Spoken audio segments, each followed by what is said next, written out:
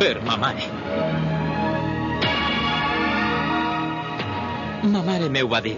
Li feia molta ràbia que el món estiguera controlat per uns cíborgs despietats i volia veure un altre món lliure i en pau. Però la raó més forta era trobar el seu punt dèbil mentre lluitaven amb Son Goku.